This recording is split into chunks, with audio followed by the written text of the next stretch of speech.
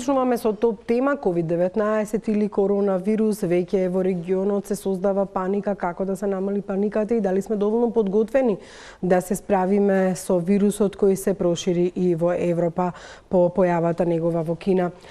Добро вечер за моите гости, министерот Венко Филипче, господинот Рачуловски од ЦУК и поранешниот министер за здравство, епидемиолог, вирусолог, доктор Драган Далиновски. Во овој состав сте затоа што би требало јавноста повеќе да се информира на вистина за она што се случува со коронавирусот, за да се спречи паниката во државава, меѓутоа и да се види колку сме заштитени. Министре, имаше 2 случаи кои што се појавија на инфективна клиника, двата за среќа се негативни. Дали имате во здравството, дали има луѓе кои се пријавуваат, можеби и со обични настинки, или дали има случаи на зголемен број на луѓе кои што мислат дека имаат симптоми на коронавирус, по патнициве од Италија што пристигнаеве, на пример?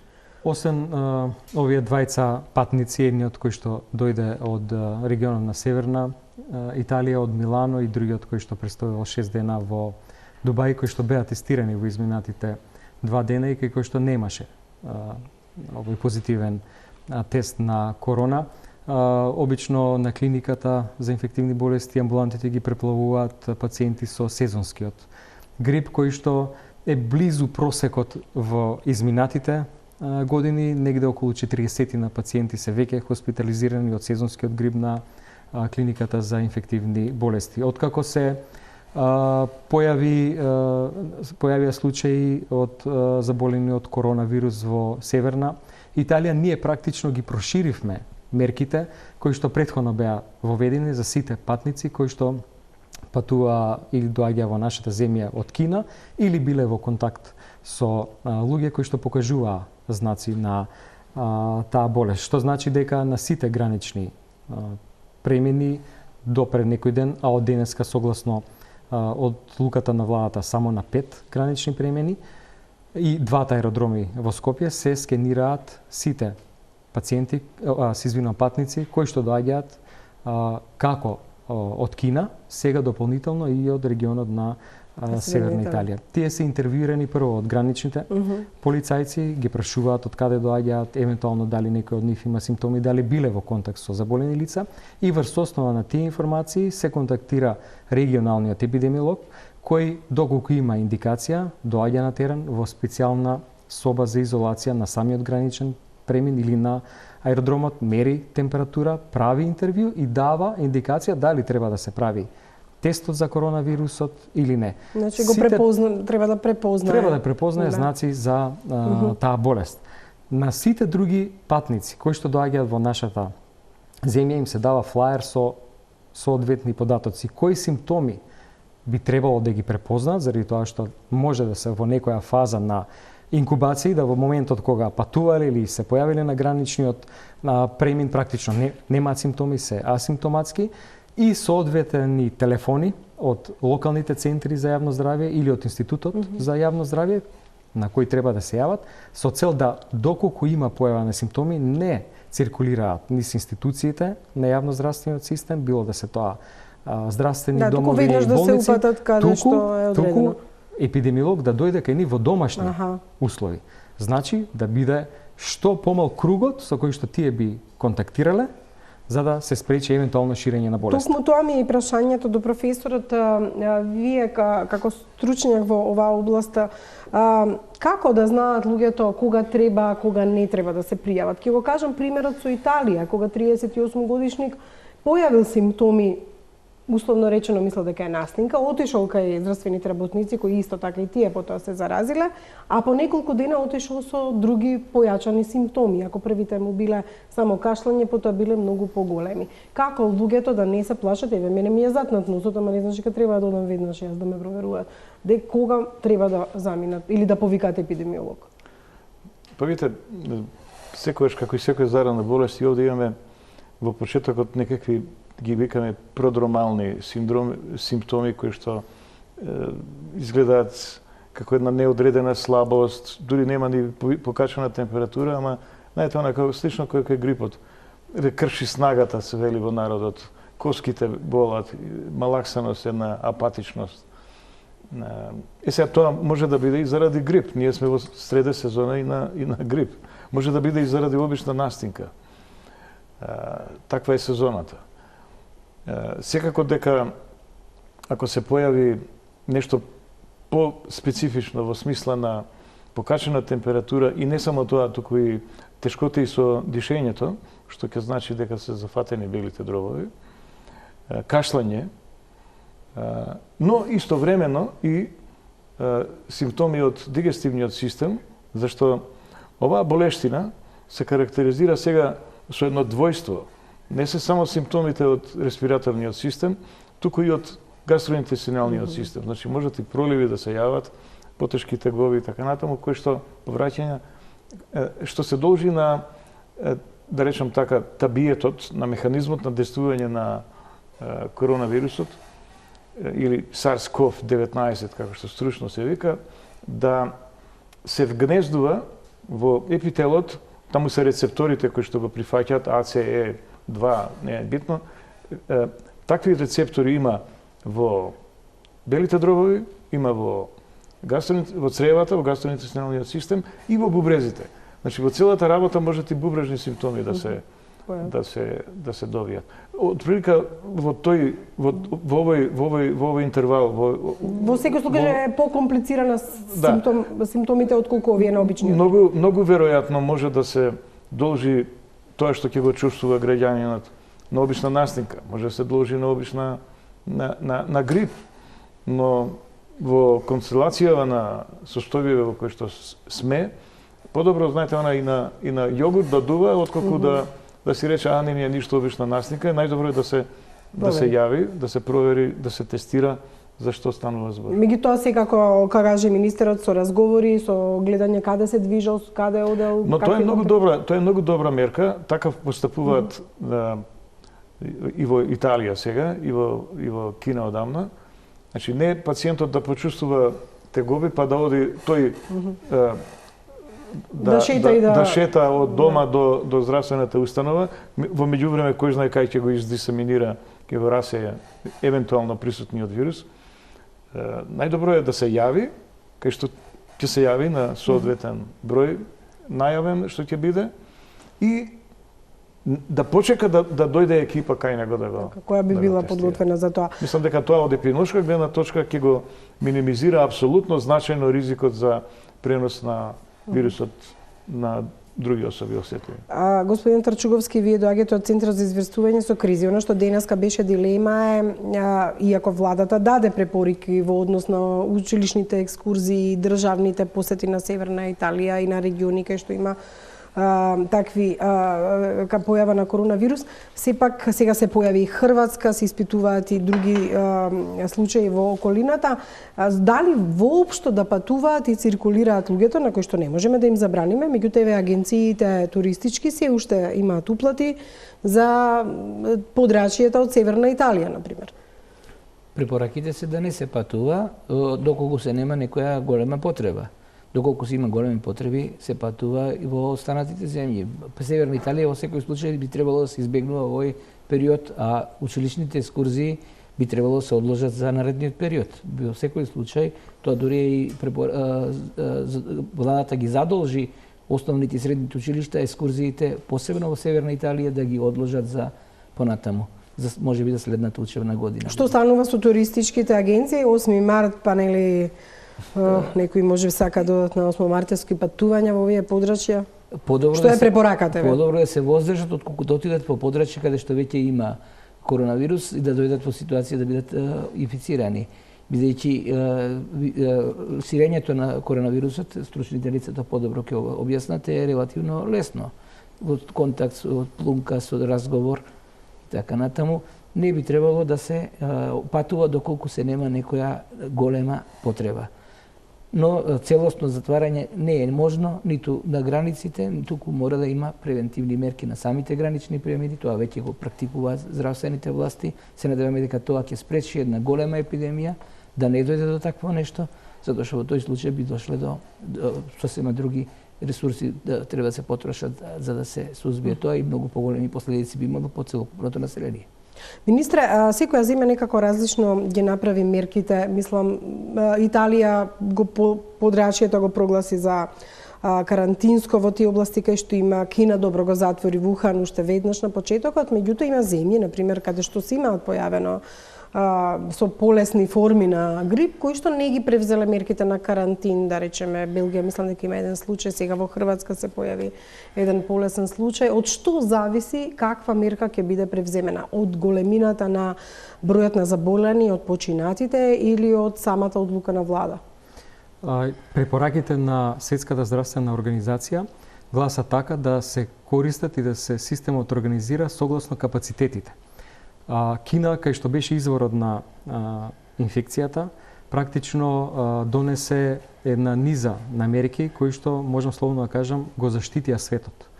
Ги ставија во карантин сите луѓе кои што патува од поширокиот регион на Вухан, тоа е областа Хубеј, да бидат 14 дена во практично изолација пред да патуваат било каде во светот. Дури луѓето од Кина кои што по претходна најава на нашата амбасада овде, кинеската амбасада кај нас во Скопје дојдоа, двајца минатата недела, тројца неделава, 8 души најавени следната недела, веќе представувале 14 дена во карантин. Ние за секој случај, и тоа е веќе нашата организација, тоа е наш став, наш автентичен пристап, без разлика на тоа што биле во карантин, ги тестиравме, сите се негативни и доделивме уште 14 дневен здравствен надзор. И тоа е тоа што ние како здравствен систем сметаме дека треба да го направиме, да се организираме, заради тоа што сакаме себе си да се осигураме, без разлика што постојат и општи препораки, дека ние тоа треба да го направиме. Автентично, наша креација на политика во однос на оваа проблематика. Може да кажам дека постојат европски земји, постојат аеродроми кај кои што воопшто не се прави скенирање на аеродромите. Да, немаше во Брисел, нема во повеќе европски земји, во Брисел, во Истанбул, нема на аеродромот во Виена, ние тоа го введовме уште веднаш. Од вчера тоа важи за сите патници без разлика од кој аеродром слетуваат на аеродромот во Скопје. Така да сметам дека сме релативно добро организирани. Сметам дека релативно добро го покренавме здравствениот систем. Еве сега имаме и мотивирани здравствени работници со оглед на зголемената сума на дежурства што земаат како сума на пари, сега сите сакаат да дежурат, веќе нема проблем во организација на системот. Тие се први на удар, сепак дали се доволно заштитени? Дали има доволно заштитни маски, одела и се што е потребно да бидат заштитени? Дури и епидемиолозите кои ќе во домашна посета треба соодветно да бидат облечени. Имаме сосем доволна количина на резерви на заштитни материјали, маски, ракавици, соодветни мантели, соодветни скафандери со довод на кислород за единиците за интензивна нега, тоа што денеска добивме како препорака од владата да направиме дополнителна набавка како и на некои дезинфекциони средства со цел тие залихи да ги дополниме доколку треба. Направивме дистрибуција на заштитен материјал на 5 гранични премини на некои клиники каде што недостасуваше, на клиниката за педиатрија, во болницата во Штип има близу 40.000 маски, има близу 15.000 мантили, 20.000 ракавици, така да резервата за овој момент е сосем доволна. Докторе, во однос на прашањето на маските, еве јас вчера се обидов во 5 аптеки да најдам медицински маски. Знаете, луѓето по инерција психологија е тоа дека дома треба за секој случај да имаме маски. Дали маските нас не штитат граѓаните од пренесување на вирусот е првото прашање и секако што повеќе заштитува? Принципот на Италија, ставањето на карантин на одредени места или принципите на овие други држави кај што нема толку случаи. Италија е сепак прва земја во Европа која што има толку многу случаи. Па знаете што сега за маските, ако веќе ме прашувате, она што може да се прочита е дека оние така наречени N95 маски штитат и сопираат партикули, па и вируси, кои што се меѓу 0,2 и 0,5 микрони. Овој вирусов SARS-CoV-19, стручно да го кажам, или едноставно коронавирусот, е некаде околу 0,3 микрони. И би требало да се очекува дека целосно би бил задржан од материјалот на маската. Има тука една друга работа, една замка, дека ако маската не се припои, ако не се залепи добро, да диктува на сите делови на лицето, тогаш ако има луфта, она како што го викаме, многу лесно може да се случи да ти е џабе маската, едноставно од страна да продре вирусот, ако се наоѓа човек во амбиент кај што има честички, капки, вируси, било да се тоа Меѓутоа, таа може да заврши на кожата, да речеме. Така, значи тоа е за респираторниот дел Да. на пренесување. Повеќе маските во принцип ја штитат околината од оној што е болен. Значи, оној што шмрка, кашла, има респираторни симптоми и евентуално има COVID-19 болест, тој е поважно да носи маска за да не го сее вирусот, односно да не го прави тоа преку оние така наречени капкички, флигови и така натаму. Хирурзите носат хируршки маски за да не го контаминираат оперативното поле, да речеме, а не да се заштитат тие од некој. Значи, ваквите кои мене што сакале маска да си купат за да шетаат со нејза. Така, ова е за тие N95 прочуени, нели, апострофирани маски. Јас лично би рекол дека и да се нема N95 маска, како што нема за масовно користење, дека и обични хируршки маски сепак колку толку штитат отколку ништо. Ама најмногу е потребно за оној кој би кивал. Тој што не кива и не кашла, дури само треба да пази со кој доаѓа во контакт. Да, секако, па нема потреба секојдневно да се носи по улица, а човек нема никакви симптоми, да шета кај што нема густина на минувачи, на не знам. Кај што нема јавни едно е во соби, Сити Мол да шетате тамо во коридорите, кај што циркулира народ, тоа е сосема друга една епидемиолошка ситуација со инакви ризици, особено што е затворен просторот, нема циркулација на воздух, концентрацијата на вирусите може да е висока, евентуално ако некој го расее, и може тоа да направи една, така да речем, лепеза на инфекции, а друго е по улица ако одите и се маска да носите. Мислам, тоа не држи. Малце е тоа вака фенси. Да, ќе се вратиме на прашањето на карантина, само зошто нема маски во аптеките? Еве, многумина го забележаа тоа. Затоа што се повлечени за да бидат во јавното здравство? Не, во јавното здравство резервите се веќе од минатата година планирани за да не стигнат до овој некаква ваква алармантна состојба кај што не треба да се заштитат здравствените работници кои што пристапуваат кон пациентите, така да во аптеките ние направивме денеска анализа, утре ги чекаме резултатите од тоа кои добавувачи може да имаат маски кои би дистрибуирале низ аптеките, практично за комерцијална употреба, меѓутоа би повторил што кажа професорот, сепак не е јасна и чиста препорака да се користат маски. Самата манипулација со маската, се фаќа со рака, се трга, се става, може да е дополнителен извор на инфекција. Друго е кај заболен човек диагностициран за кого и здравствениот систем може да обезбеди ваква заштита. Ако ми дозволите да се надоврзам, не е целата работа со респираторниот начин на пренос. Ова болест се пренесува и феко-орално. Значи имаме воздушно-капков пат на пренос, ама имаме и феко-орален пат на пренос. Нешто што е карактеристика ем на респираторни агенси, ем на цревни микробиолошки агенси. Значи тоалетите да се дезинфицираат. Со други зборови, миењето раце и внимавањето со раце кои што се евентуално контаминирани, а не измиени претходно, човек да не се фаќа за очи, да не чепка нос, уста и така натаму, е многу битно. Тоа значи кога се поздрави со некој заболен, може да си го пренесе. Да, или со било кого да се нема поздравување, нема гушкање како што ние знаеме или младите кои што знаат. Значи сега малце да стивнеме со по 3 пати гушкање, бацување и тоа. Тоа македонски обичаи се тоа. Тоа значи дека маската може само да е дополнителен ризик во некои сценарија за зголемен ризик за инфекција. Точно така. Во однос на јавните собири, иако е дадена препорака за да нема, нели, такви, денеска има сега ние ќе сме во престојна политичка кампања, господин Трчуговски, тоа е едната работа. Втората работа, оно што владата го направи како препорака во ред училиштата и слично. Меѓутоа, како јавните собори да се спречат во голем обем, а тоа е и политичко прашање сега, можеби до министерот, да не се свати дека се забранети, а сепак се пожелни да ги нема во тој обем, во овој случај. Па добро, коронавирусот се појави пред повеќе време и во тој период државата и институциите бевме во една фаза на будност, да ги следиме работите.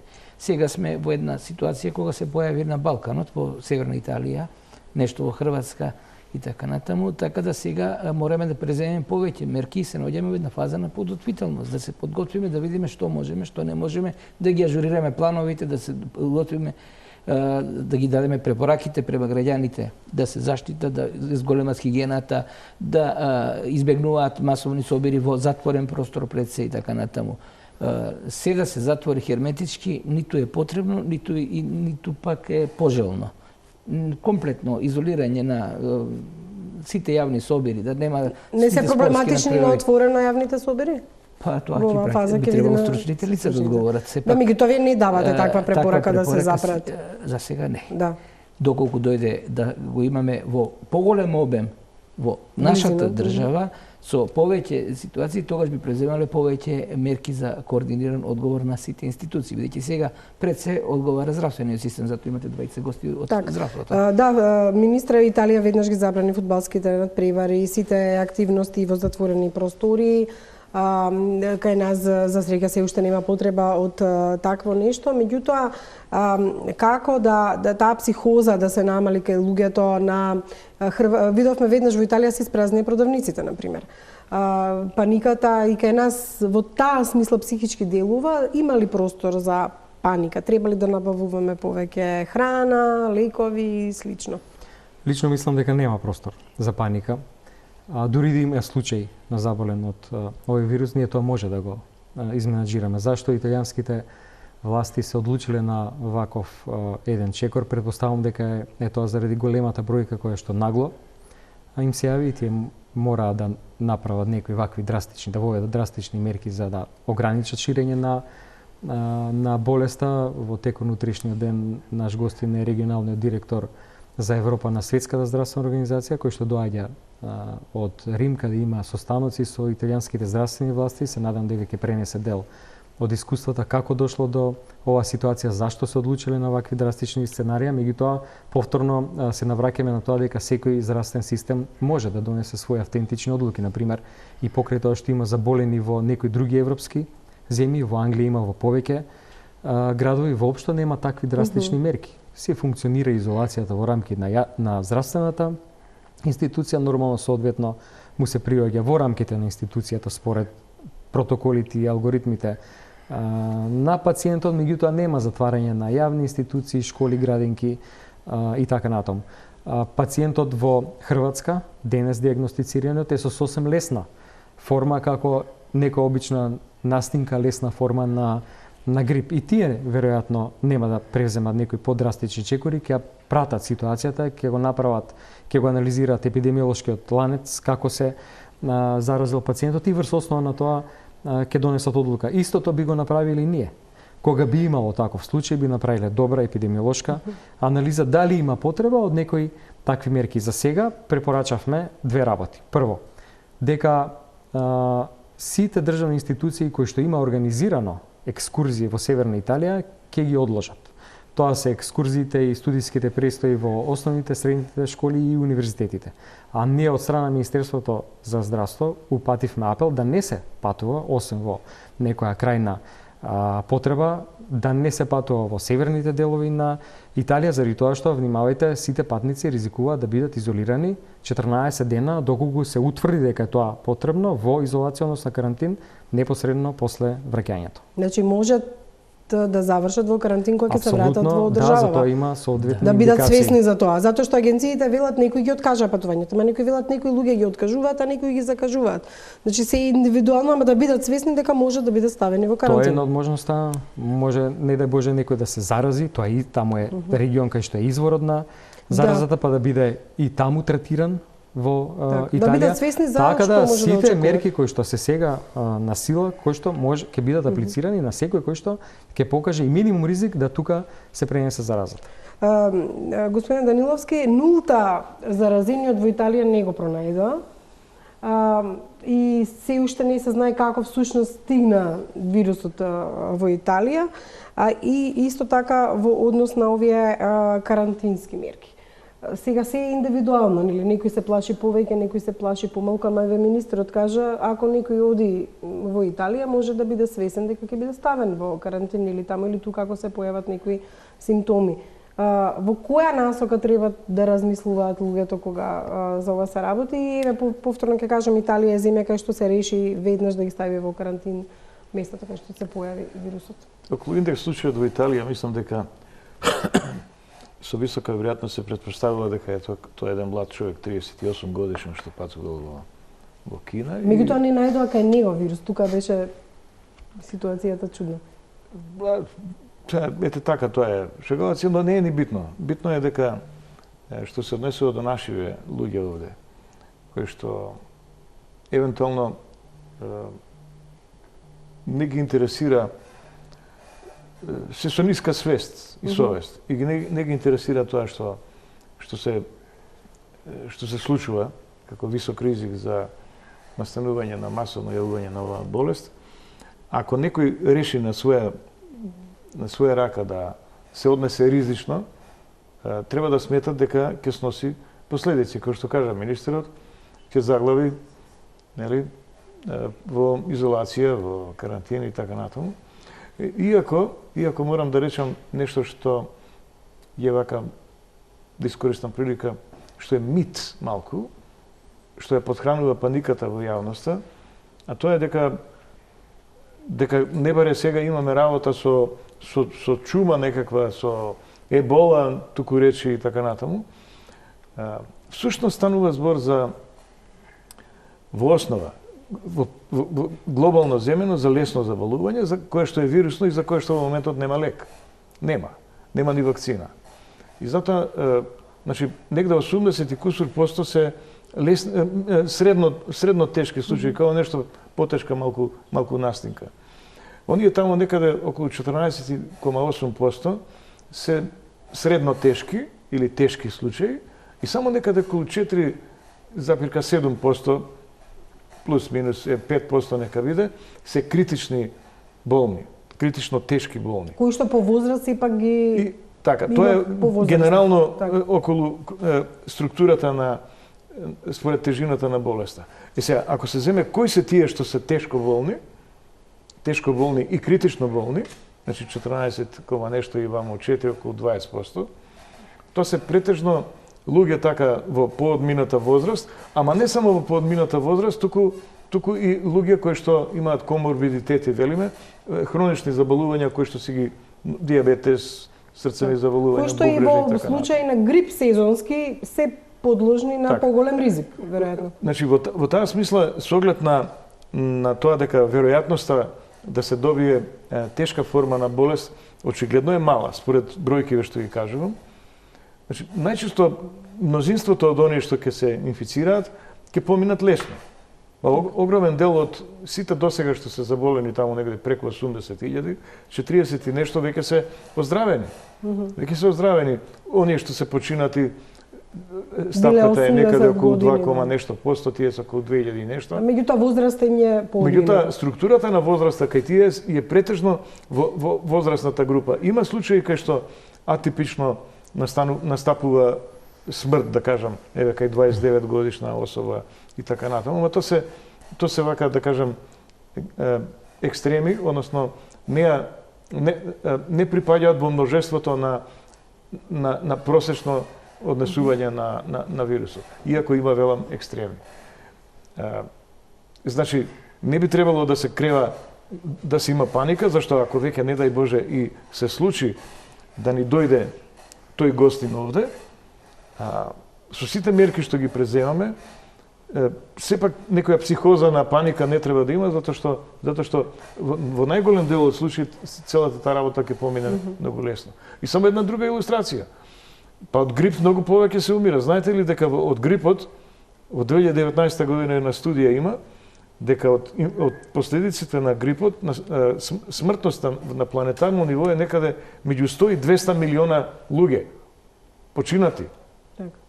Па никој некаква посебна паника не крева. И сега, информираноста е многу битна работа. Денеска вие државте состанок за главните уредници во смисла на тоа дека треба да отстапат простор и на вистина јавноста на време да се информира. И направивте систем на информирање практично, ке имате дежурства, така... Се формираше една форма на комитет, штаб кој што комуницира помеѓу себе, помеѓу институциите, тука членуваат луѓе од Министерството за здравство, од јавноздравствените институции, од други институции, Министерство за внатрешни работи, за одбрана, за транспорт и врски, граничната полиција и така натаму. И од тука ќе произлегуваат информациите, заради тоа што е исклучително битно да јавноста биде информирана навремено и точно. Вчера се соочивме со, ја би го нарекол, напад на лажни вести и мислам дека на тоа креираше паника. Сметам дека е апсолутно несоодветен начин да се користи, макар и во некоја смисла на политичка пропаганда, добивање на политички поени, заради тоа што е многу осетливо прашањето, станува збор за јавното здравје, јавноста, граѓаните мора да знаат во секој момент што точно се случува, какви се ризиците, дали нешто превземаме, што превземаме, какви се резултатите од сомнителните случаи кои што ги тестираме, и во таа смисла договоривме континуирана комуникација со сите медиуми, еднаш или два пати по потреба изјави за јавноста и нормално брзо одговарање на сите прашања кои што стигнуваат до Министерството. Доктор Ненад Лазаров е еден од луѓето кои што редовно ги информира преку социјалните мрежи пациентите во смисла на тоа што е коронавирусот, кои мерки да се превземат и слично, затоа што не се за занемирување социјалните мрежи. Го имаме на линк доктор Ненад Лазаров, кој е всушност матичен лекар. Добро вечер. Докторе, гледам дека сте активни на Facebook, често ги информирате граѓаните.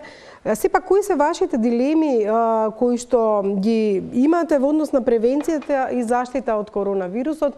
Например, имавте една од дилемите дали имаме доволно апарати, респираторни или слично. Кои ви се дилемите и што ги сметате можеби како недостатоци во македонското здравство кои би можеле да се појават? Тука е министерот, па може директно да одговори. Така, ви најпрво би се заблагодарил за оваа прилика да поразговараме и со еден мој личен и верувам став на доста од колегите што се активни во примарно ниво на здравствена заштита. Па за конкретна дилема сега во овој момент малку е тешко да се говори, во принцип да настануваат дилеми и секогаш и за секое прашање за кое што немаме одговор во моментот. Од тука и мојот ангажман се трудам колку што можам на дневна база во неколку наврати да изфилтрирам и да соодветно пренесам на разбирлив јазик за општата популација што се тековните случувања, бидејќи сум поборник и сметам дека главно паниката е производ на неинформираност од една страна, од друга страна мораме да признаеме сите дека се работи за една нова настаната ситуација. Сите ги овие работи апсолвираме во ОД, дискутираме за не баш екзактни цифри. Сега јас не би се како поединец, ќе пренесам мој личен став, не би можел до крај да се ослонам на оние информации што ги имаме, да речеме конкретно од Кина имаше, бидејќи да речеме може да се каже дека збориме и имаме дискутабилен начин на, тоест методологија на пресметување на бројот, па тука понатака и целите статистики да ни бидат поместени. Меѓутоа генерално за она што го говоревте до сега го делам ставот.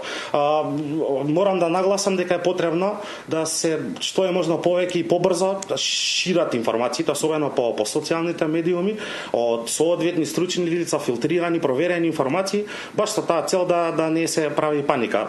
Во овој момент се уште сме далеку од некоја кризна ситуација, па од тука и оние потешки прашања како би се справиле со одредени ситуации, дефицит на опрема, на кадар и така.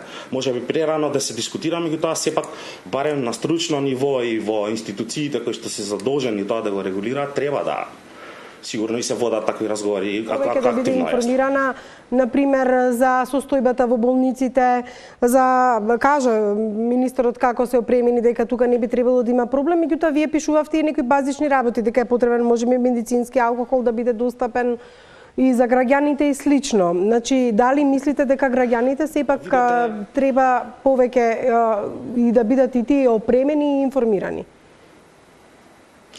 Преди се информирани, бидејќи од тука понатака нема да се случуваат панични активности, како на пример некој вид компулсивно купување по маркети на храна и производи, дали ако сме од таква некоја ситуација за такви работи да се прават, меѓутоа пак ја потенцирам, од тоа зависи директно од степенот на кој што се они информирани. Она што јас конкретно лично на дневна база се обидувам да ги информирам како моите пациенти, така и сите оние што следат на социјалните мрежи е да голем дел има и на дневна база случување. Спомнавте алкохол. Значи, мораме да реагираме ад хок на одредени ситуации, бидејќи ова е еден огромен систем, комплексен, па можно е и ситни и покрупни пропусти да се случуваат, меѓутоа треба брзо да се реагира. Колку се уплашени пациентите, особено повозрастните, бидејќи сте матичен лекар и предпоставам првиот што би можел да биде во контакт со луѓе кои што предпоставуваат се плашат или стравуваат да не случајно заболат од еден ваков вирус, и дали матичните лекари имаат упатства и што им препорачувате на тие пациенти? Вака се интензивираше, условно кажам, на тој вид, некој вид на страв сега, особено во последниве 24-48 часа. Инаку експоненцијално како се станува се погломазна оваа ситуација на глобално ниво, така и кај нас се повеќе луѓе реагираат. Имаше еден одреден период од пред некој месец дена, да речеме почетокот на јануари, крајот на јануари, почетокот на февруари, кога веќе почна и поголем број на случаи, се повеќе шпекулации. Тука негде можам да кажам дека е почеток кога и нашата јавност се заинтересира, па можам да кажам дека денеска скоро сите што влегува во мојата ординација, меѓу некои од прашањата им беше и тоа до каде е работата, што е, меѓутоа пак ќе кажам, мораме да бидеме многу внимателни со она што го и во јавност презентираме, особено од медицинскиот дел, да бидеме екзактни. Сега, да ме прашавте за примарно ниво и за матичните лекари, имаме една мала замерка, тука мислам дека малку повеќе треба да бидеме ангажирани и вклучени и преку здруженија и преку представници за да имаме полесен пристап до информации, бидејќи е до овој момент сега. Иако пак ќе кажам, не сме ние во паника и да имаме не знам колкав број на случаи, меѓутоа лично едно или две упатства имам видено само до сега од Институт за јавно здравје. Со конкретно напатствие што ние како би требале да се однесуваме. Од друга страна па лимитиране квантумот на информации кои што го имаме за конкретната болест. Значи помалку или повеќе мораме сите од интернет во овој момент да се информираме. Докторе, ви благодарам што се вклучивте во топ тема како матичен лекар, затоа што кај нас луѓето нели најмногу ги посетуваат на почетокот матичните лекари и вие разговарате со пациентите. Ви благодарам за забелешките во однос на информирањето, па еве ќе ги продискутираме во топ тема и секако затоа ве вклучивме, ќе ги имаме во предвид. Ви благодарам за учеството во топ тема. Благодарам и јас уште еднаш.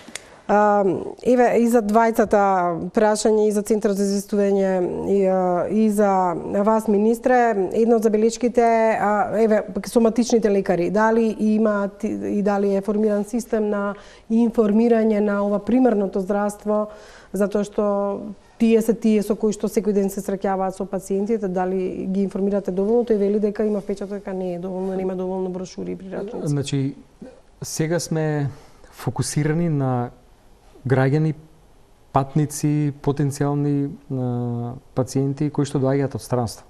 Во таа смисла се направи системот на комуникација со епидемиолозите од центрите за јавно здравје и од Институтот за јавно здравје и во насока на оно што го спомнавме и претходно.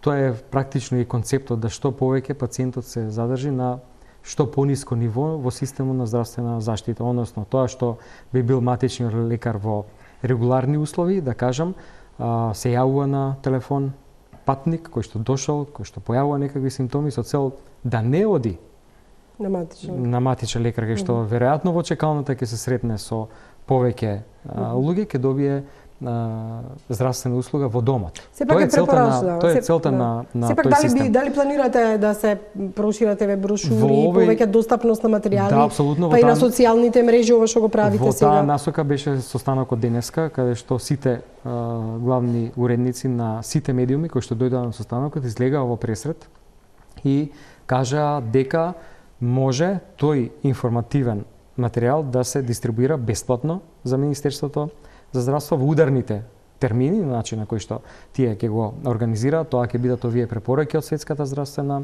организација, тоа ќе бидат специјални видеа направени во деновиве кои што доаѓаат до крајот на неделата, специјално креирани за да укажат на совети за што повеќе совети информации да стигнат до граѓаните. Тоа е од исклучително битно големо значење.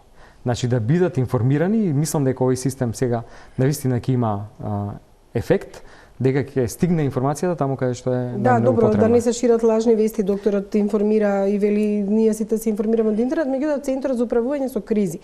Каде и вие делувате? Во училиштата, во јавните установи, на места кои што луѓето треба да бидат видливи, исто така овие упатства, колку вие пак имате директна комуникација и можете да ги опремите со информации? Благодарам. Пред се информирање, каже и докторот Лазаров, значи информирање на граѓаните. Информирањето на граѓаните, Центарот за управување со кризи, како една од основните функции да ги информира и граѓаните, го има на два начина. Во одлуката на влада партиципира во ова тело на дневна основа кој што ќе дава информации за оваа ситуација и исто така се формира едно тело во соработка со Министерството за образование и наука, Центарот за управување со кризи и општините за одржување едукативни часови во основните училишта. Така да тоа дополнително да се обезбеди. Дополнително ќе се обезбеди таква една работа. И јас би потенцирал уште една реченица која што ја каже докторот Лазаров. Тој рече дека сме далеко од кризна состојба, што навистина ме радува дека е така. И истото го тврдам јас дека сме далеко од кризна состојба сега, но не значи дека не сме подготвени и за таква ситуација. Во системот за управување со кризи постојат стандардни оперативни постапки за најтешките ситуации. Да, овдека гледам, вие имате, например, ова е интересен токму се знае, дел кој што со стандардните оперативни постапки, која организација, која институција, која мерка треба, во кој временски период треба да ја спроведе доколку дојдат најтешките ситуации. Но за тоа се надевам дека нема да дојдеме во ситуација да ги активираме тие планови, во моментов само ги ажурираме и ги проверуваме да не имаме некои пропуси некаде, некое да, ви имате тука, например, непосредно справување со епидемија, помош непосредно на загрозените лица, справување со последици и слично, и тука се вклучени сите институции кои тоа треба да го прават и во кој период треба да го прават. Вака на хартија навистина изгледа прекрасно. Ке може ли, не мислам ова на терен, не дај Боже, верувам дека ќе функционира како што е на хартија. Ова не е материјал од еден човек, ова е материјал кој што е вработен со сите институции координирано, донесен од владата пред неколку години и на кој е како стандард прифатен. Во моментов имаме и еден НАТО проект кој што овој материјал всушност треба да го направи да биде применлив и во реално време, да се разменуваат податоците со применена карта преку нова генерација на инцидент команд систем. Така да, значи НАТО стандардите не обврзуваат на подигнување. Не обврзуваат. Ние како една земја членка на НАТО мораме да ги применуваме и на највисоко можно ниво. Делот на координација мора да го сведеме да биде во реално време. Веќе нема координација ад хок денес па утре, туку во реално време 24/7. Мора да биде спремена таа. Овој проект од НАТО тоа ни го овозможува, кој што до крајот на годината треба да биде имплементиран во целост, а испитан ова есен на една најголема НАТО вежба, додуше на друг ризик, бидејќи стандардите за кризен менеджмент се слични за сите ризици и опасности. Додуше, значи, на природни непогоди ќе биде испитан на една голема НАТО вежба, која што е очекувана, која очекуваме повеќе од 40 зими членки на НАТО и разговараме, да, КЗМ. кога ќе дое време за тоа. Докторе, како доктор, се чувствувавте ли вие заштитен од вакви работи? Вие во вашата кариера сте били министар во време на бегалската криза, кога во Стенковец имаше појава спорадична на одредени заразни заболувања. Меѓутоа, еве, во тоа време имавте среќа да не биде, да нема епидемија, колку што се сеќавам јас кога бевме во тие времења на Стенковец, сепак имаше опасности од такво нешто. Што по вас е прво и најбитно што треба да се превземе? Ова сите мерки добро ги кажавме, меѓутоа, еве и како доктор, какво е чувството да се оди на терен во една таква ситуација или да се прегледува болни лица, кога и самиот знаете дека потенцијално може би сте вие тој што можете да се заразите и многу доктори се заразија. Видите, го слушнавме ние колегата Лазаров, Ненад, да искористам прилика вака малку едно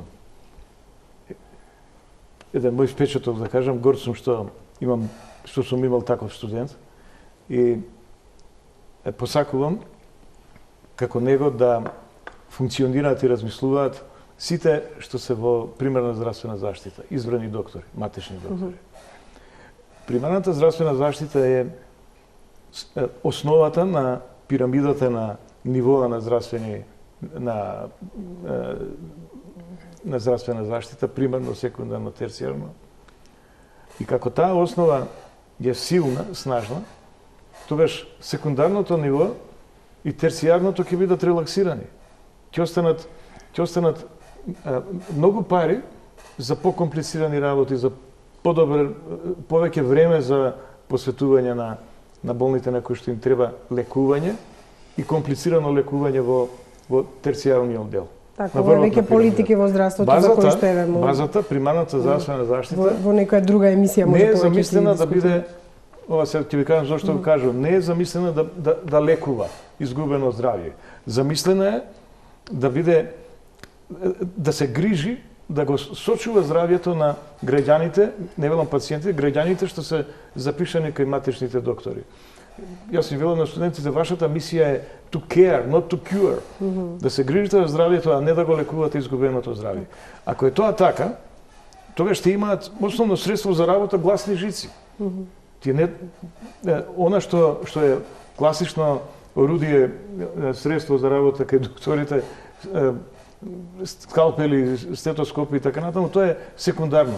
Мораш да умеш да проповедаш. Зошто да проповедаш? Затоа го одбравме, тој на интернет е многу активен во однос на информирање. Да проповедаш, да беседиш, да си авторитативен, да умеш да го убедиш граѓанинот од секој ниво, од сите популациони групи, да им всадиш самозаштитни механизми како тој сам да си го заштити здравјето. Што значи тоа? Во овој случај се конкретниот. Кај што имаме работа со непријател кој што горе-долу го познаваме, ама не го познаваме до крај. И за кој што нема вакцина. Овој вирус има така наречен основен репродукцијски или репродукционен број од некаде во просек 3,3. Тоа значи еден инфициран болен, независно дали е симптоматски или асимптоматски, заразува 3,3 во просек нови околу себе. Тоа е извонреден епидемиски потенцијал. Ке стивне епидемијата тогаш кога тоа R0, како што го бележиме, ќе се спушти под единица. Ама кога ќе биде тоа? Веројатно со интервенции кои што значат, не знам, нова терапија која што е на ниво на анимални студии, има еден лек што се тестира антивирален, па некои лекови што се користат за HIV вирусот и така натаму. Се е тоа на ниво на анимални студии, некаде се мисли дека до крај на годината ќе се дојде и до специфичен лек. Вакцината се планира некаде почетокот на 2021, ама до тогаш мора да се издржи. Меѓутоа како докторите да не се плашат дека тие се први? Докторите се тие кои што се на прва линија на фронтот. Тие не смеат да останат во ординации и да чекаат пациенти да им дојдат, болни да им дојдат, туку активно треба, и тоа е поентата на примерна здравствена заштита де факто, активно треба ајде да се изразам малку вака послободно. Железни опинци треба да облечат и да ги посетуваат сите семејства, независно дали има болни или нема болни таму, туку чисто во контекст на едукација една форсирана за состојбата. Значи, буквално да станат надворешни членови на секој семејство од оние граѓани што се запишани кај нив и да им дојдат дома и да им проповедаат. Министре, се согласувате ли со вакво нешто дека свесноста треба да биде поголема и кај лекарите кои што веројатно по добиени упатства би можеле да шират точни информации за да не се шири паника, како еден вид на превентива, ова што вели вашиот колега. За тоа треба да имаат свест и совест и храброст. Дечкиве во примерна здравствена заштита. Индивидуално е можеби сето тоа. Како Ненад. Да. Не се секаде и подеднако дистрибуирани, за жал. Ние сме соочени со ситуација во која што има во некои региони сериозен дефицит на матични лекари. Во таа смисла беше реформата која што веќе започна да се имплементира заедно со Фондот за здравствено осигурување, започна со зголемување на капитацијата, а понатаму продолжува со давање екстра услуги на матичните лекари. Целта е пациентот што повеќе се задржи на примерно ниво. Да може му се даде услуга која што сега ја добива на пример во болница, а може да се даде на примерно ниво. Понатаму развој на патронажните сервиси со цел дел од здравствени услуги да се дадат дури и во домашни услови и задолжително спроведување на превентивните мерки. Да се осигураат матичните лекари и ние како систем дека превентивните програми, мерки како мамографија за жените, ПАП тестовите, простата за мажите, соодветно пратење на дебелина кај децата. Например, проблеми со тироидеа, третман на хроничните болести. Да не отидеме само во друга тема, значи дека Што е суштината? Фокус и акцент да се стави на примарната здравствена заштита. Што повеќе пациентот да биде во западните земји, тие ги викаат дури home based services. тука се сопоставуваат очигледно двајцата, меѓутоа во ваква ситуација кај што имаме рурални среди, имаме подречја кај што немаат луѓето интернет, кај што возрастната структура на луѓе кои се под ризик не читаат Facebook, ме разбирате како до нив да допре информацијата за сето. Ние веќе развивме 3 пилот модели на патронажни сервиси. Тие функционираат во општините на Кочани, понатаму Ресен и Битола. Значи во ваков случај како што е појавата на вирусот, тие би биле информатори. Овие патронажни сервиси циркулираат во руралните оддалечени селски средини каде што нема амбуланти или нема матични лекари и на тој начин допираат до жителите, граѓаните, односно пациенти, доколку се пациенти. Ова е еден од начините да се споделат информациите. Так. Тоа е контактот со граѓаните. Поентата во целата работа е Само да не развиеме дебата за јавното здравство. Овој пат матичните доктори да покажат свесност, дух, да покажат совест, да покажат мерак, посветеност и овој пат да излезат од ординациите, особено во подрачје. И да појдат да одат во живеалиштата таму каде што се надевам да кажете ми да кажам повелете. јас една реченица, бидејќи главната превентивна мерка е сепак само хигиената. Хигиената е основна превентивна мерка. Затоа ние гледаме на оваа превенција не само како решение од матичните лекари, туку и од образовните, од училиштата, од детските градинки, на најрана возраст, потоа од оние што први доаѓаат на удар на самите аеродроми, бидејќи не се само докторите, таму е интегрираното гранично управување, таму е полицијата, царинските служби. Така да, сите имаат своја улога во овој превентивен дел. Во училиштата, кажете ми, за да не се создава паника, дадени ли се упатства на родители од страна на наставници, директори? Знаете како е, во јавното здравство луѓето сами купуваат и во градинките влажни марамчиња, тоалетна хартија, сапуни. Значи, иако навистина се трудат вработените, меѓутоа хигиената е оставена на родителите. Се купуваат родителите, нема сапуни во училиштата. Во текот на вчерашниот ден донесена е одлука да се направат дополнителни напори да се набават дезинфекциони средства од страна на Министерството за здравство, така да. А сапун кој ќе им купи на училиштата? Ме разбирате, основни средства за хигиена нема ги носат родителите. Дури во градинките. Ние таа врска да се надополни таа количина која што сега недостасува, дали ќе биде сапун, дали ќе биде дезинфекцијски материјал, дополнително тоа и едукацијата која што ќе се спроведе. Министре, очигледно дека навистина сме држава во која што нема сапун во училиштата, ме разбирате? Ова требаше да дое коронавирус па да дојде до интервенција и да се набават сапуни во училиштата. Родителите ги купуваат, не е проблем, меѓутоа средства за хигиена. Гледайте, кога ние збориме за некаков системски одговор за некое прашање, ние забораваме што сме направили. Еве, да се случиш ова пред 3 или 4 години, ама сега имаше само сега една вие не ме враќате момент. во политика заради тоа што нема сапун во училиштата. Не се грижите можеби ни претходните за сапуните во училиштата. Работата е тоа што сега ги преземаме сите мерки, сите чекори, го заекнуваме системот за да можеме да одговориме на било кој предизвик. Зборот и ми беше дека до пред некоја година за ист ваков предизвик немаше бидат стимулирани ни докторите да дежурат, и пак пациентите ќе бидат лечени со оригинални лекови. Да не ги забораваме тие работи. Меѓутоа да не забораваме дека се уште немаше основни средства за хигиена во јавни институции и во училишта. Затоа земаме обврска и нема, гледате, јавноздравствените институции сега се добро опремени. Еве ја ви кажав резервата со која што сега располагаме. лекови има за секој пациент секаде. Дали владата донесе одлука дека сите училишта ќе бидат опремени со соодветни средства за дезинфекција и сапуни? Апсолутно. Така. Тоа беше денешната значи, одлука на дека владата. нема да има Ние потреба преземавме родителите обврската- да купуваат дополнителни сапуни. Апсолутно, тоа Ќе се крене паника, луѓето ќе почнат сапуни да носат за да може Не децата само да тоа, си мијат соодветни раце. средства за дезинфекција. Сите школи ќе бидат опремени во најскоро време. Исто се однесува и на градинките. Да, и јавните тоалети.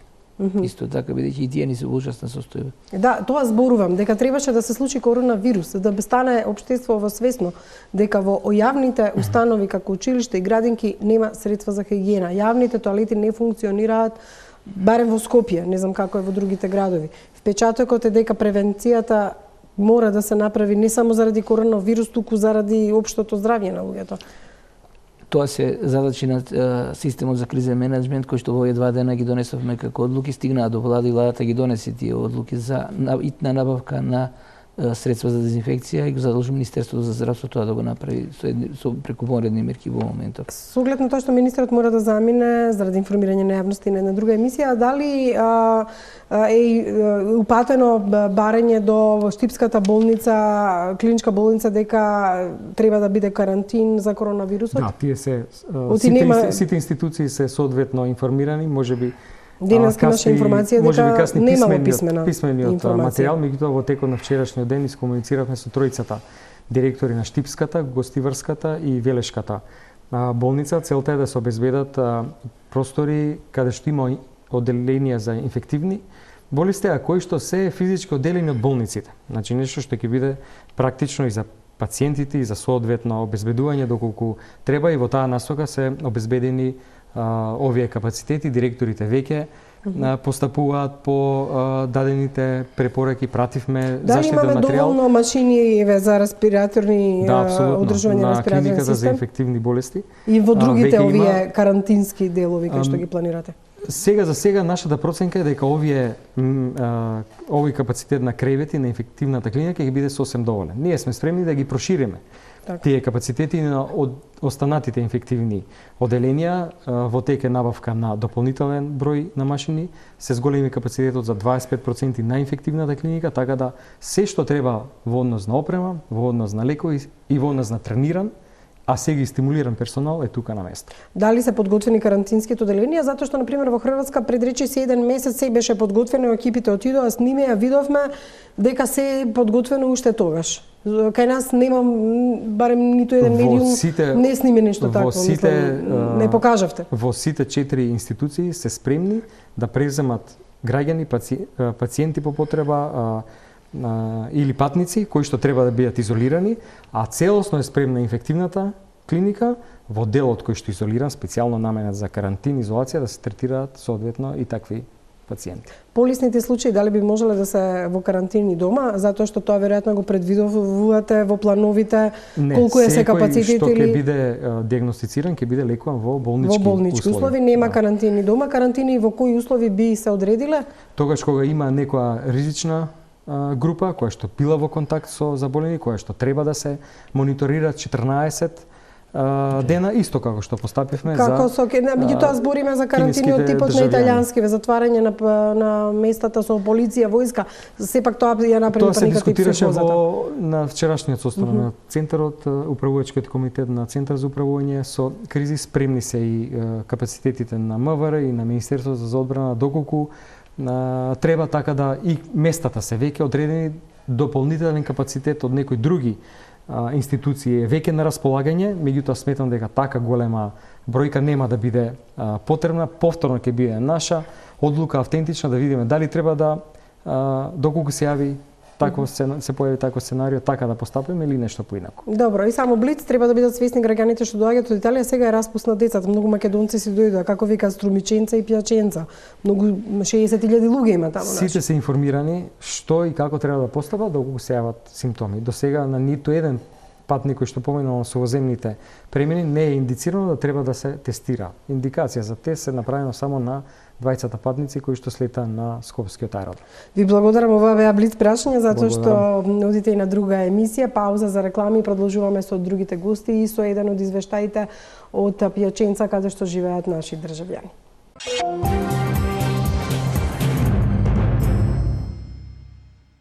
Продолжуваме со топ тема. Како што веќе најави, Валентина Чолакова е една од жителите кои живеат во Северна Италија. Во тоа подрачје има околу 60.000 македонци, некои почнаа да се враќаат дома.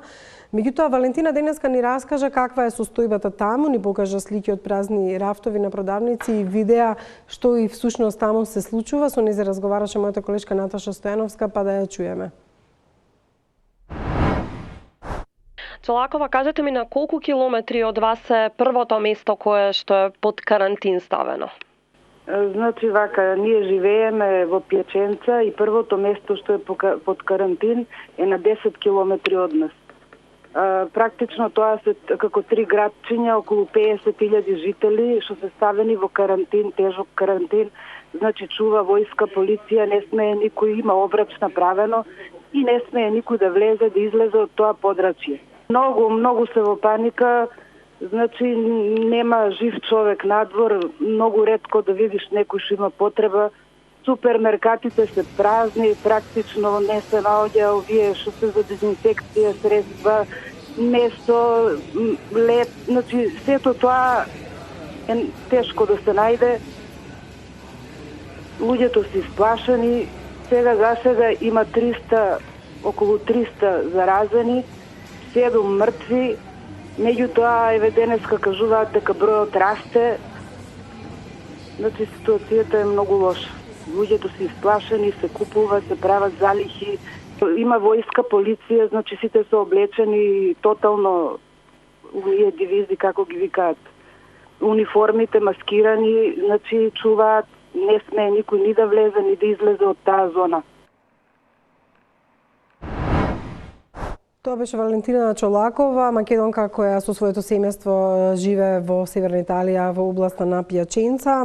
Докторе, токму овие граѓани, дел од нив и почнаа да се евакуираат на некој начин, можеби во Македонија, дел од нив имаат распуст на децата, па затоа доаѓаат. Меѓутоа, колку овие луѓе, гледате колку се исплашени, навистина треба да го направат тоа, да доаѓаат тука, или ако дојшле тука, дел од нив велат не биле проверувани. Првиот авион кога дојде со патници од таму воопшто не беше проверен, а на земјините премини барем 5 мина знам кои што не биле проверени. Сепак колку и да министерот еве и владата сугерира, не може се херметички да се затвори. Мислам и провери. Па видите сега, ова прашање има, да кажам, два одговора или два пристапа. Идеално би било да не доаѓаат. Ама добро, да не смееме да им забраниме. Не, тоа е теоретски вака. Да. Меѓутоа дефинитивно тоа не е хумано. Тие се наши граѓани, се наоѓаат таму во, видовме, во тежок стрес, под ризик и мораме се да сториме кои ќе дојдат овде, не можеме да ги задржиме таму, да затвориме граници. Кои ќе дојдат овде да бидат безбедни и за себе, и заради себе, но и заради околината овде.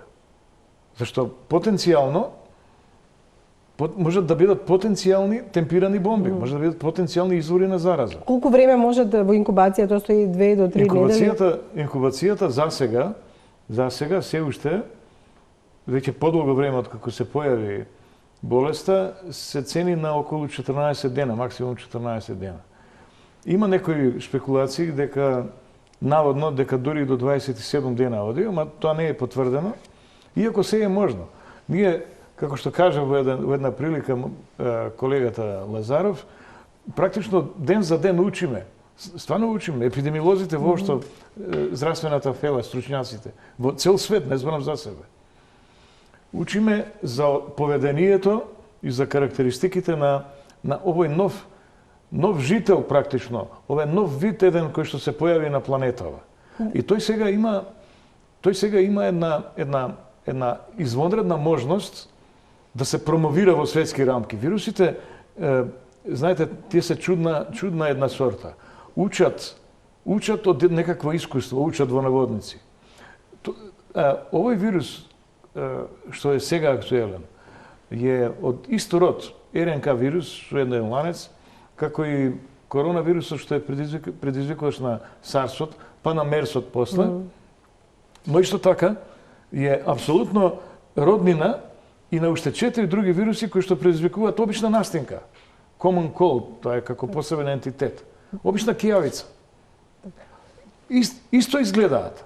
А различни работи предизвикуваат само некои мали детали во генетиката им се различни. Може ли да мутира? Опасно ли е? Добра страна е што не мутира, стабилен е.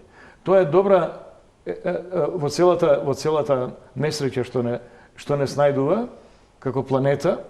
Добра страна е што откако е почната епидемијата до сега, веројатно и до крај, ќе остане генетски стабилен. Тоа ветува дека ќе се направи набрзо вакцина. Значи, не му е табиетот онаков како што е на вирусот на инфлуенцата. Нешто друго сакав да кажам.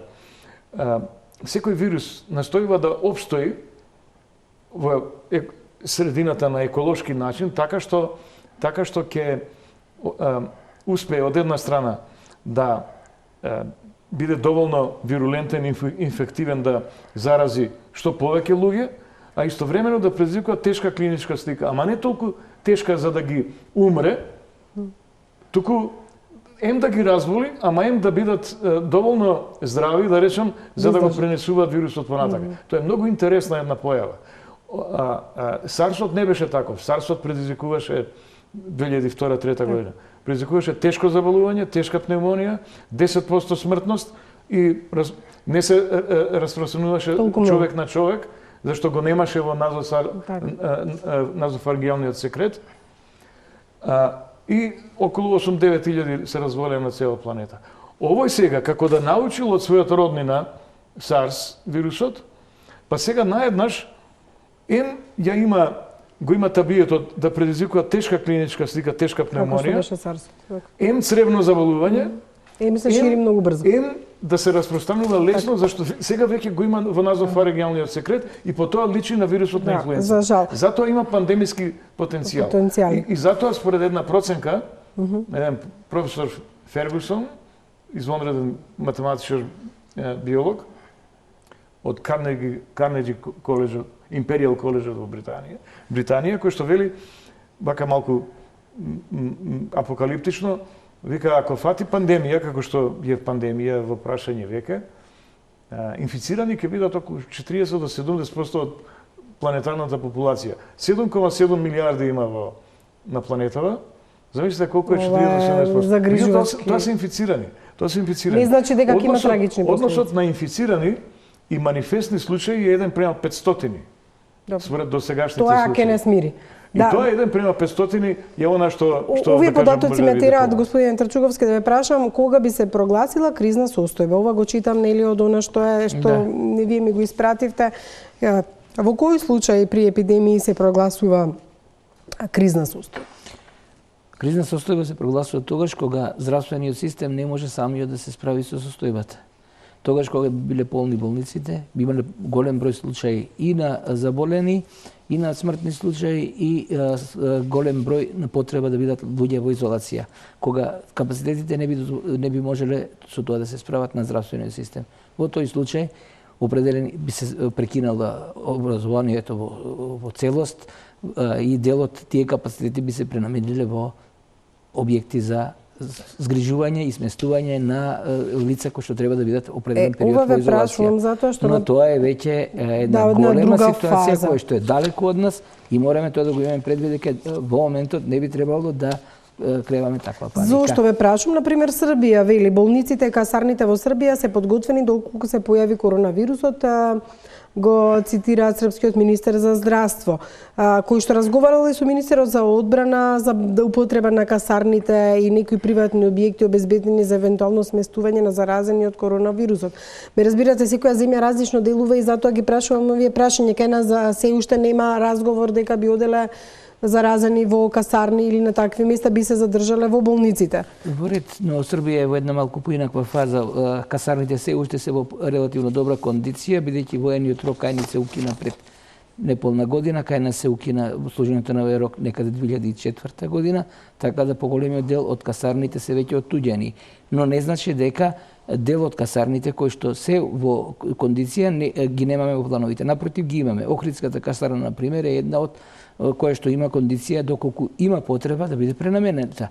Да, меѓутоа но би рекол сега за сега со објекти не треба да се лицитира со ниту еден. Еве грчката влада што предвидува на пример привремено целосно или делумно ограничување на авионското, морското, железничкото или патното поврзување со земјите во кои има големо ширење на вирусот.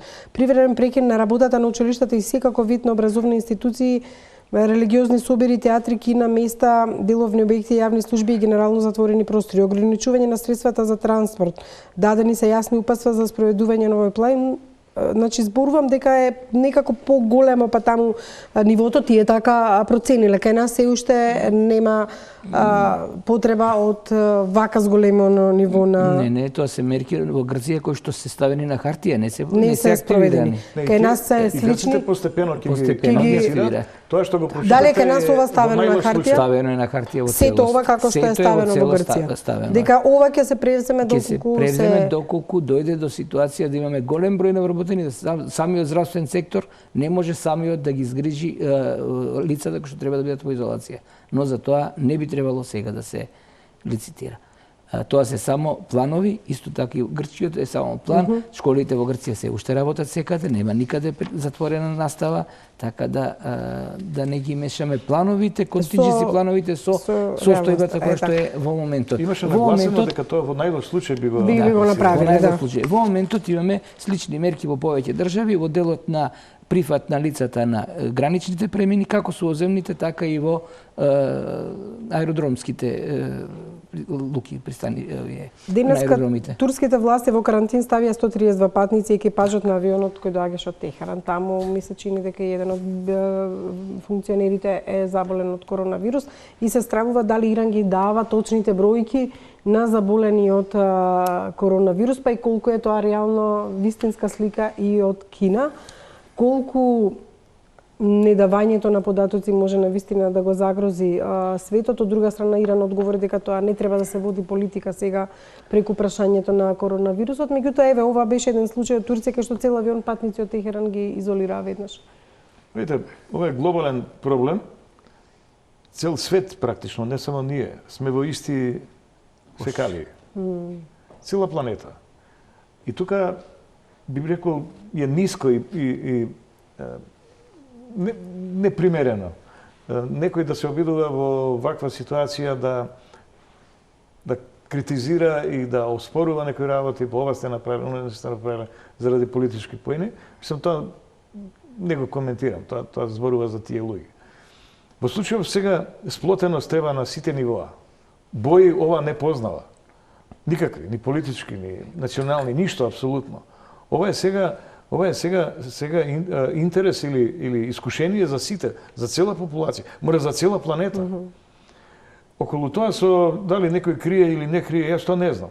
Меѓутоа, јас само знам она што тој стручњак Фергусон, Нил Фергусон, уште на крајот на јануари, кога имаше не 80.000 болни, туку негде кога беа уште само 2.000 болни во Кина. Тој тогаш со математичко моделирање прогнозираше дека овој вирус најверојатно, ако има 2.000 регистрирани, постојат уште 100.000 кои што се асимптоматски инфицирани, ама не детектирани. Тој однос е 1:500. Оттаму јас тоа го спомнав пред малку. Тоа значи, замислете, еден да се јави овде кај нас, тоа значи уште 500 има што не ги гледаме. Потенцијални. Не ги гледаме. Од епидемиолошка гледна точка, за нас епидемиолозите најстрашно е она што значи невидлив подвижен извор на зараза. Тој нулта пациент што го велвате? Навидом здрав човек го носи вирусот, нема симптоми никакви и представува подвижен извор на зараза. Во случај со оваа болест сега актуелна кај нас, тоа е случај и оттаму предпоставките се, не мои, туку на релевантни епидемиолози, дека токму тоа е причината што асимптоматски носители, значи инфицирани, ги ја шират заразата, дека тоа токму причината за толкавата епидемиски потенцијал, односно веќе пандемиски потенцијал. Веќе се јавуваат фокуси кои што немаат никаква врска со со нултиот настан, односно со Да, примерот со вулкан. Италија што го кажавме, дека човекот што дошол од Кина всушност не покажувал симптоми на болест, а го заразил 38 годишниот италијанец. Тоа е штом ќе се појават независни фокуси, тоа е веќе една индиција дека станува збор за пандемија. Ако стане збор за пандемија, тогаш сосема нови препораки од Светска здравствена организација настапуваат, па тогаш ќе се вклучуваат и други да кажам елементи или сегменти од општеството. Сега здравствениот систем од она што го пазите во недостаток на специфична терапија и вакцина, нам ни преостанува единствено само да ги намалиме ризиците за инфекција, односно да ги исечеме, да ги прекинеме ланците на инфекција. А тоа како се прави? Само или со физички бариери, со ограничување на движење и со едуцирање на граѓаните да не се собираат на големи настани, да седат дома и така натаму. Особено старите луѓе. Меѓу старите луѓе смртноста е 50%. Да сватат дека не мора да се движат во автобусите и да одат кај што не треба. Точно така. Значи меѓу старците што се јавуваат сега старци, тоа е лошо го реков, возрастната популација, ама ептен возрастната популација од 80 нагоре. Смртноста е 50%. Така. Нека има децата... Тоа ми беше за крај. Можете ли да кажете што е... Вулнерабилните групи треба да ги детектираме кои се и мерките да ги насочиме кон нив. Да се свесни. Хигиената, рековте? Хигиената е основната мерка превентивна за заштита од сите вируси појава. Мијање раце, меѓутоа и оние имавте вие мерки кои што работат со месо, пазари и слично. Во ред, сето тоа се мерки кај што се потенцијални жаришта за вируси, но основното и за нив е миење раце што почесто во текот на денот со средства за дезинфекција. А знаете зошто? Заради тоа што отпорноста на овој коронавирус е страшна. Има експерименти се правени. Месец дена може да обстојува на нежива површина при собна температура. 28 дена попрецизно. Навистина може да се одомакини за жал. Тоа значи дека миењето раце е единствен начин да го одмиете механички, да го тргнете и плюс евентуално, не евентуално, туку и тоа е нагласено во препораките на Светска здравствена организација со дезинфициенси што содржат алкохол. А ви благодарам што бевте гости. Министерот мораше да замине порано. Миењето раце, превенција, нема потреба старите лица и возрастни да се движат доколку не мораат во места каде што има јавни собири и слично. Хигиената е една од најбитните работи. Да се надеваме дека сите овие превентивни мерки и заштитата ќе биде навистина на ниво да не дојде до поголеми размери или ширење на овој вирус во земјава. Благодарам уште еднаш пред се заради информираноста на јавноста и информираноста на граѓаните. Останете со програмите на Телма. Пријатна вечер.